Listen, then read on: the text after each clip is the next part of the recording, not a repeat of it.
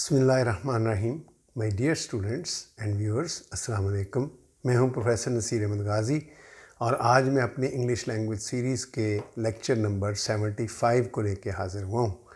और आज का लेक्चर भी बच्चों कंटिन्यूटी है पिछले 2-3 लेक्चर्स की, जिसमें हम टॉपिक डिस्कस कर रहे हैं letter writing and application writing. और आज उसका पार्ट डी होगा, यानी पार्ट 4 होगा, जिसमें हम एक बहुत इम्पॉर्टेंट टाइप को डिस्कस करेंगे और वो है एप्लीकेशन फॉर जॉब। कि जॉब के लिए जो एप्लीकेशन होती है वो कैसे लिखी जाती है।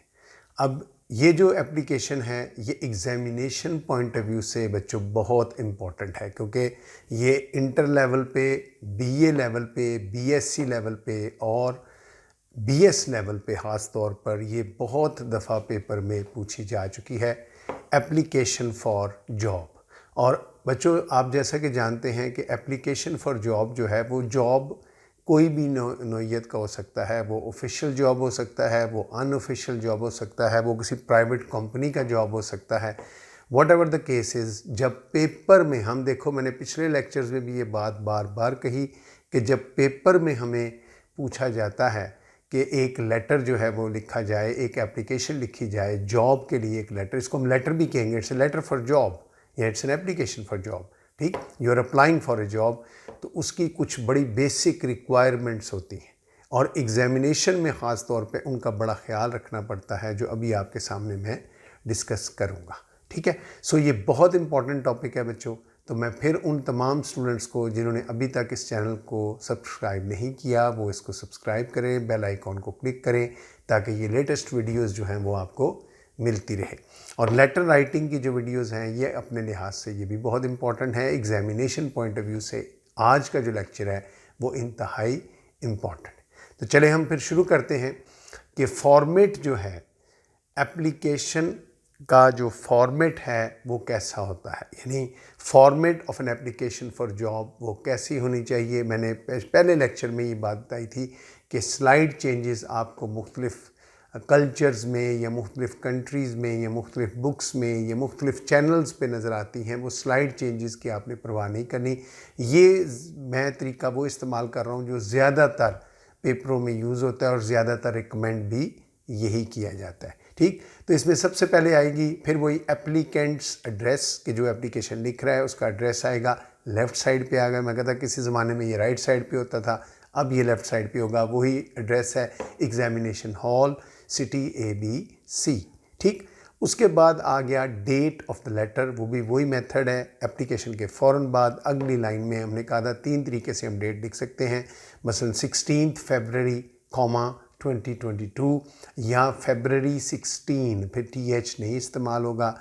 ठीक है, 2022, फिर 16.02.2022 यानी 16 फरवरी 2022, हम इसको इस तरह भी मेंशन कर सकते हैं। उसके बाद जो आता है वो एम्प्लॉयर्स एड्रेस आता है। अब एम्प्लॉयर का जो एड्रेस है वो भी लेफ़्ट साइड पे आता है, एक लाइन छोड़ के। जब आप अपना एड्रेस लिख लेते हैं तो उसके बाद एम्प्लॉयर का एड्रेस आता है, जिसके पास आप एप्लीकेशन दे रहे हो। अब ये चूँकि डिफरेंट सेक्टर्स के लिए हो सकती हैं, प्राइवेट सेक्टर के लिए हो सकती हैं, स्कूल जॉब के लिए हो सकती हैं, कॉलेज जॉब के लिए हो सकती हैं, गवर्नमेंट लेवल के जॉब के लिए हो सकती हैं। सो इनके लिए एक एड्रेस नहीं होगा, मुख्तलिफ एड्रेस होंगे। मैं जब स्पेसिमेन अभी आपको करवाऊँगा तो उस स्पेसिमेन में हम उसका ज़िक्र करेंगे कि मुख्तलिफ एड्रेसेस किस तरह लिखे जाते हैं और क्यों लिखे जाते हैं। ठीक, उसके बाद चूँकि ये ऑफिशियल लेटर है, फॉर्मल लेटर है, एड्रेस के बाद एक लाइन छोड़ के सेंटर में हम लिखेंगे सब्जेक्ट, और सब्जेक्ट होगा हेडिंग उसी तरह रिलेटेड विद द जॉब के एप्लीकेशन फॉर जॉब। जो भी जॉब होगी उसके बारे में हम लिखेंगे, अभी स्पेसिमेन हम डिस्कस करेंगे। और वो जैसे ही जॉब की नौइयत बदलेगी वो हेडिंग भी जो है वो तब्दील हो जाएगी। ठीक, उसके बाद आ जाता है सैल्यूटेशन, यानी फिर वही जिससे आप मुखातिब हैं कि एप्लीकेशन जिसको एड्रेस की गई है वो इसी तरह sir, madam, respected sir, respected madam, कुछ भी आप जो है वो लिख सकते हैं। उसके बाद एक लाइन छोड़ के फिर आप बॉडी ऑफ द लेटर पे आ जाते हैं। अब बॉडी ऑफ द लेटर जो है it's a very important thing in this application in this case specially in the paper आपने इसमें 5-6 चीज़ों का बहुत ख्याल रखना है। आम तौर पे 2 या 3 चीज़ें होती हैं, एक इंट्रोडक्टरी पैराग्राफ होता है, उसके बाद मेन पर्पस होता है, उसके बाद कंक्लूजन होता है। इसमें ज़्यादा चीज़ें आती, क्या क्या ज़्यादा चीज़ें आती हैं। नंबर 1 यानी बॉडी ऑफ द एप्लीकेशन जो है वो एक लाइन छोड़कर आ जाएगी, उसके बाद इसमें इंट्रोडक्शन आएगा। और इंट्रोडक्शन में क्या आएगा? सो पहली चीज़ है introduction. Body of the letter में एक हेडिंग्स कोई नहीं देनी, ये वैसे आपको समझाने के लिए है कि इंट्रोडक्शन होगा। Tell about the source through which you came to know about the job, कि ये जो जॉब है जिसके लिए आप अप्लाई कर रहे हैं इसके बारे में बताना होता है कि मुझे इसका कहाँ से पता चला। तो इसके लिए मुख्तलिफ़ तरीके होते हैं। आप कह सकते हैं कि मुझे अखबार के ज़रिए पता चला है, मुझे किसी एडवर्टाइजमेंट के लिए पता चला, या मुझे कोई सोर्सेज थे, किसी ने वर्बली ओरली मुझे आके बताया, ठीक है, मैंने न्यूज़पेपर में इसके बारे में न्यूज़ में मैंने सुना, न्यूज़ बुलेटिन में मैंने सुना, या व्हाट्सएप में किसी ने मुझसे शेयर किया। ये so there can be many sources. उसका जिक्र करना जो है वो ज़रूरी होता है कि मुझे फ़लानी सोर्स से पता चला है कि आपकी कंपनी में या आपके दफ्तर में या आपके स्कूल में या आपके कॉलेज में के पोस्ट जो है वो एक वेकेंट है और मैं उसके लिए जो है वो अप्लाई करना चाह रहा हूँ। ठीक, उसके बाद इंट्रोडक्शन के बाद दूसरा भी, और ये अलग अलग छोटे छोटे पैराग्राफ होंगे, तो 1-2 लाइनें ये लिखेंगे, उसके बाद आ जाएंगे गिव योर ओन इंट्रोडक्शन। अपना तारुफ करवाएं कि आप कौन हैं। आप बताएंगे नेचुरली मैं एक स्टूडेंट हूँ, मैंने हाल ही में फ़र्ज़ करें मास्टर्स किया है या MBA किया है या BS किया है, कुछ भी किया है, and academic qualification including marks, कि अपनी एकेडमिक क्वालिफ़िकेशन लिखे, उसमें मार्क्स भी मेंशन करें। एक अलग पैराग्राफ बनाएंगे जिसमें आप अपना तारुफ करवाएंगे, अपनी काबिलियत, अपने करियर के बारे में मेंशन करेंगे। ठीक, उसके बाद तीसरी चीज़ जो आ जाएगी वो भी एक छोटा सा पैरा अलग भी बन सकता है, और वो होगा tell about your experience in that particular, वो जो फील्ड है, फर्स्ट कर टीचिंग के लिए आप जॉब कर रहे हो, तो टीचिंग के शोबे में क्या पहले आपको कोई एक्सपीरियंस है प्राइवेट सेक्टर का या गवर्नमेंट सेक्टर का या सेमी गवर्नमेंट सेक्टर का, क्या कोई आपको है? अगर है तो वो आपने मेंशन भी करना है और फिर उसका प्रूफ भी देना होता है। जब हम पेपर में तो हम प्रूफ नहीं देंगे, लेकिन आम जिंदगी में हमें प्रूफ देना होता है, फिर ये एक पैराग्राफ की शक्ल में। उसमें आपने, अब वो प्राइवेट एफर्ट्स करें, बैंक की जॉब है, तो आपको बताना पड़ेगा कि मुझे कोई ना कोई, और अगर एक्सपीरियंस नहीं है तो मैं, लेकिन पेपर में चूँकि पेपर आम जिंदगी में तो हमने सच ही बोलना है, अगर नहीं है तो कहेंगे नहीं है, फर्स्ट टाइम जॉब कर रहे हैं। लेकिन पेपर में जब हमने लिखना है तो पेपर में जितना हम उसको खूबसूरत बनाएंगे, लेंथी बनाएंगे, उतनी उसकी वर्थ नज़र आएगी। उसमें आपने मेंशन करना है कि मुझे फ़लाने जॉब की एक्सपीरियंस हासिल है, इतना एक्सपीरियंस है, मैंने फ़लानी कंपनी में या फ़लाने स्कूल में या फ़लाने कॉलेज में मैंने ये काम किया हुआ है, मुझे एक्सपीरियंस हासिल है। ठीक, उसके बाद बहुत important cheese number 4, that is give your complete biodata. ये पॉइंट्स की शक्ल में बायोडाटा अभी मैं आपके सामने पढ़ूंगा। इसमें भी स्लाइड चेंजेस आ जाती है, कुछ ज़्यादा पॉइंट्स बनाते हैं, मैंने बड़े महदूद से पॉइंट्स बनाए हुए हैं, और वो बनाए हुए जो लाजमी चाहिए।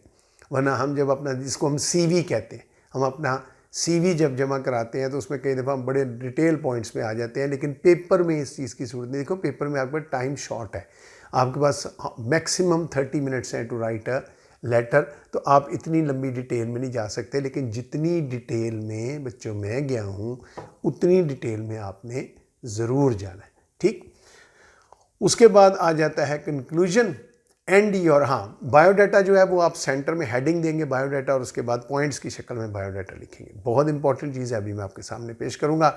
और उसके बाद आ जाता है conclusion and your application in hope that you would be considered on merit, के इस उम्मीद में आप लिखते हैं कि आपको मेरिट पे जो है वो कंसिडर किया जाएगा। तो ये 5 चीज़ें जो हैं ये बॉडी ऑफ द लेटर के लिए इंतहाई इम्पॉर्टेंट, वेरी वेरी इंपॉर्टेंट। उसके बाद आ जाता है सब्सक्रिप्शन, वो उसी तरह ही हमने कहा राइट साइड पे yours faithfully yours obediently XYZ, उसका हम जिक्र कर देंगे। ठीक, तो ये तो था बच्चों एक फॉर्मेट के, फॉर्मेट क्या है, एप्लीकेशन फॉर जॉब। ठीक, अब मैं इसके आ जाता हूँ किस पे, स्पेसिमेन पे, और स्पेसिमेन हम देखते हैं कैसा लिखा जाएगा। सबसे पहले जैसे हमने पहले कहा अपना नाम एड्रेस लिखेंगे और डेट लिखेंगे, एग्जामिनेशन हॉल सिटी ABC, वो उसी तरह लिखा जाएगा, उसमें कोई तब्दीली नहीं आएगी। वो कोई लेटर हो पेपर में, we are talking about paper बच्चों, बार बार मैं ये बात कह रहा हूँ कि ये हम तैयारी जो कर रहे हैं वो पेपर पॉइंट ऑफ व्यू से है, लेकिन आप अपनी जनरल लाइफ में अगर आपको लिखना पड़े तब भी आप इसी फॉर्मेट को फॉलो कर सकते हैं, ठीक। लेकिन उसमें अक्सर ये होता है हम अपना एड्रेस नहीं लिखते हैं, हम डायरेक्ट जिसको मुखातिब होता है उसका एड्रेस लिख देते हैं। उसके बाद आपने जिसको मुखातिब करना है, the address of the address ही जिसको आप एड्रेस कर रहे हैं उसको आप मेंशन करेंगे, नहीं सेंडर्स एड्रेस नहीं होगा, पहले सेंडर्स एड्रेस होगा, उसके बाद ये भी स्पेसिमेन आ गया। अब ये क्या है, मैंने इसमें मुख्तलिफ बनाया। मसलन नंबर 1 पे है द ऑनरेबल प्रिंसिपल। अब फ़र्ज़ करें स्कूल का भी प्रिंसिपल हो सकता है, कॉलेज का भी प्रिंसिपल हो सकता है, आप किसी प्रिंसिपल को लिख रहे हैं, प्राइवेट सेक्टर का प्रिंसिपल या गवर्नमेंट सेक्टर का हो, कोई भी हो आप प्रिंसिपल को, लेकिन वो प्रिंसिपल जिसके गवर्नमेंट सेक्टर में तो अक्सर आपको पता है प्रिंसिपल ने सेलेक्ट नहीं करना होता, वो थ्रू पब्लिक सर्विस कमीशन आते हैं या किसी और कमीशन के ज़रिए आते हैं, कोई बोर्ड बैठता है उसके ज़रिए आते हैं।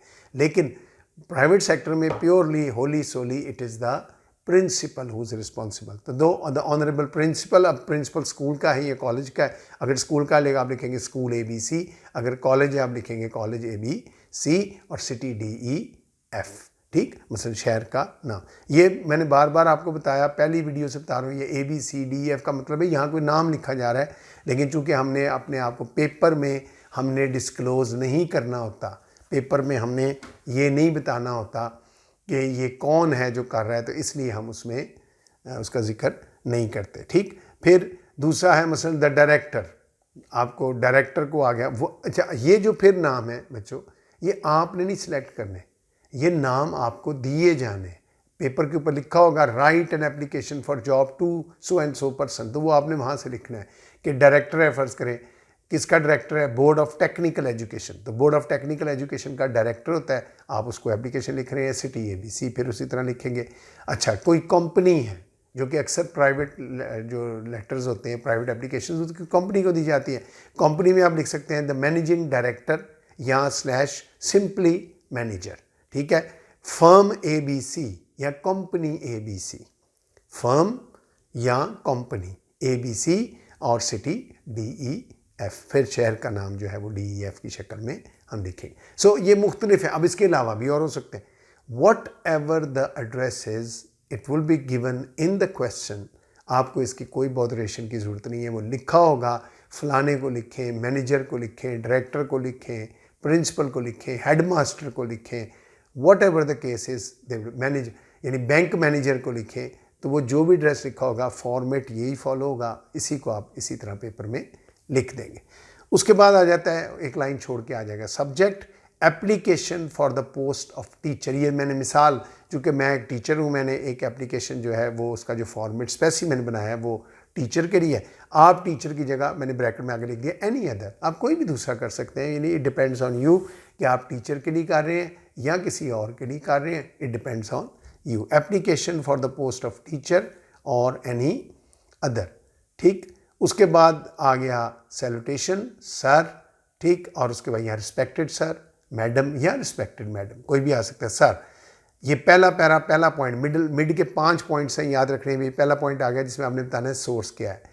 इन response to your advertisement, in response to your advertisement in the Pakistan Times, यानी मैं बता रहा हूँ कि आपकी जो एड आई हुई है किस में आई हुई है, द पाकिस्तान टाइम्स अखबार का नाम है, बड़ी मशहूर अखबार है, उसमें आई हुई है on 24 March 2023 for the post of teacher, teacher की पोस्ट के लिए, और एनी अदर कोई और भी आप कर सकते हैं।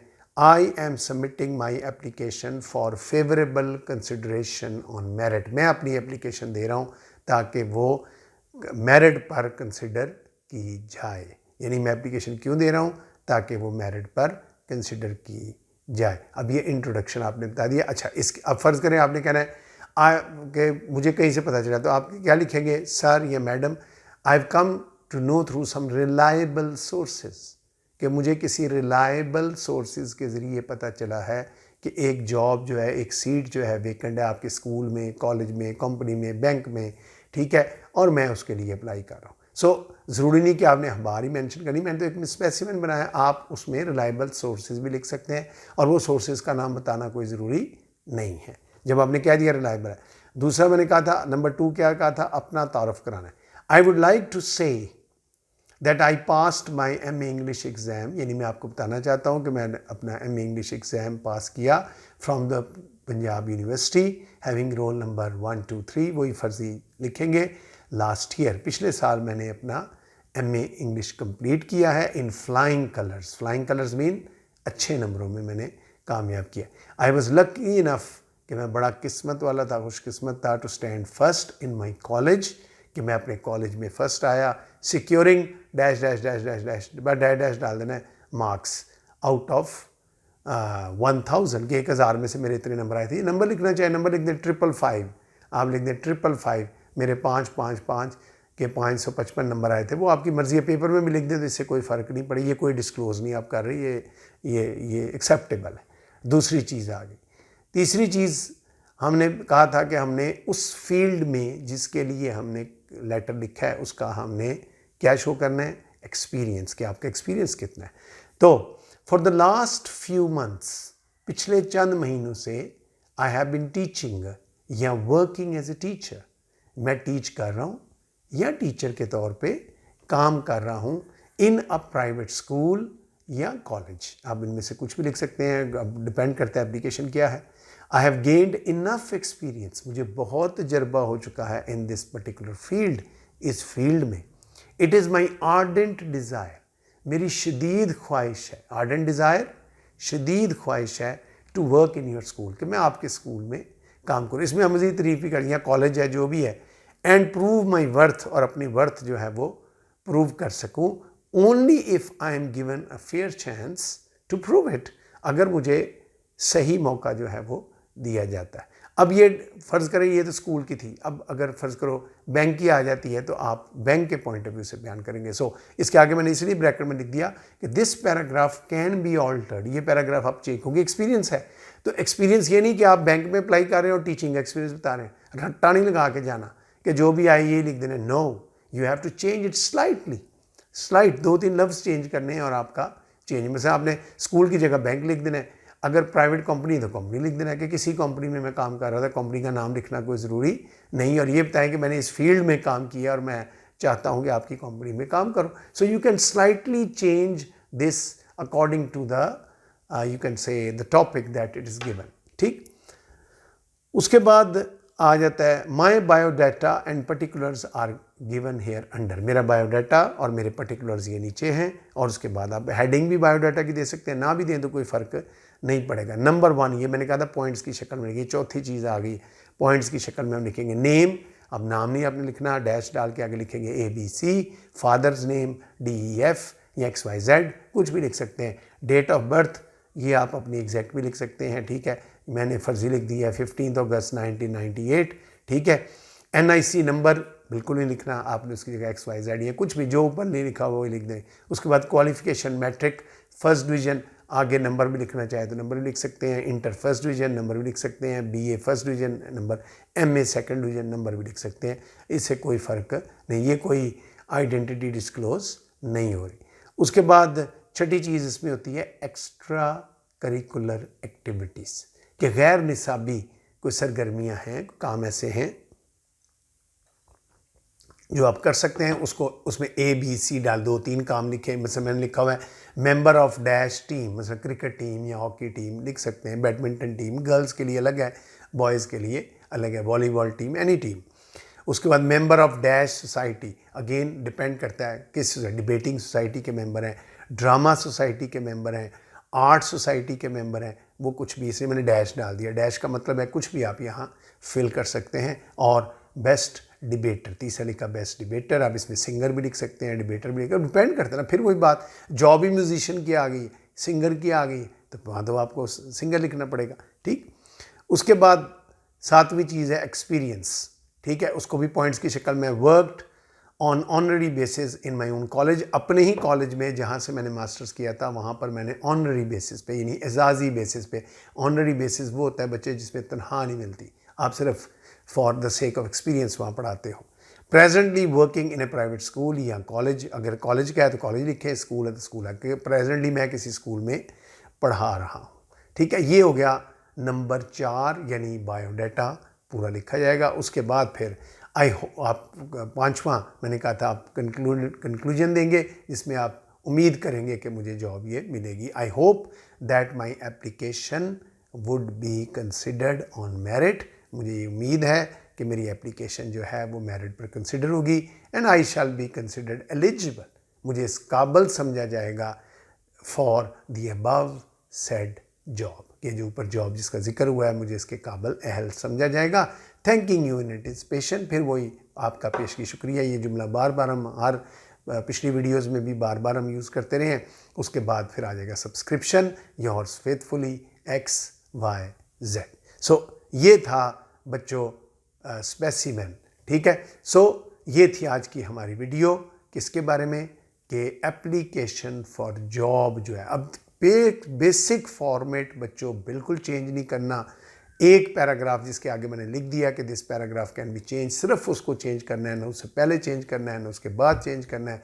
स्लाइड चेंजेस जहाँ जहाँ मुमकिन हैं वो एड्रेस, जैसा मैंने कहा, जो चीज़ें मैंने बताई उनको, इसलिए ये पेपर पॉइंट ऑफ व्यू से it's a very very important application for job. इसको बड़े ध्यान से पढ़ें, पेपरों से पहले इसको तैयार करके जाएं और ये इसका आपको बहुत फ़ायदा होगा। मुझे पूरा यकीन है आपको मेरी ये वीडियो पसंद भी आई होगी, समझ भी आई होगी। ठीक है, अल्लाह ताला आपका हामी नासिर हो। खुदा हाफ़िज़।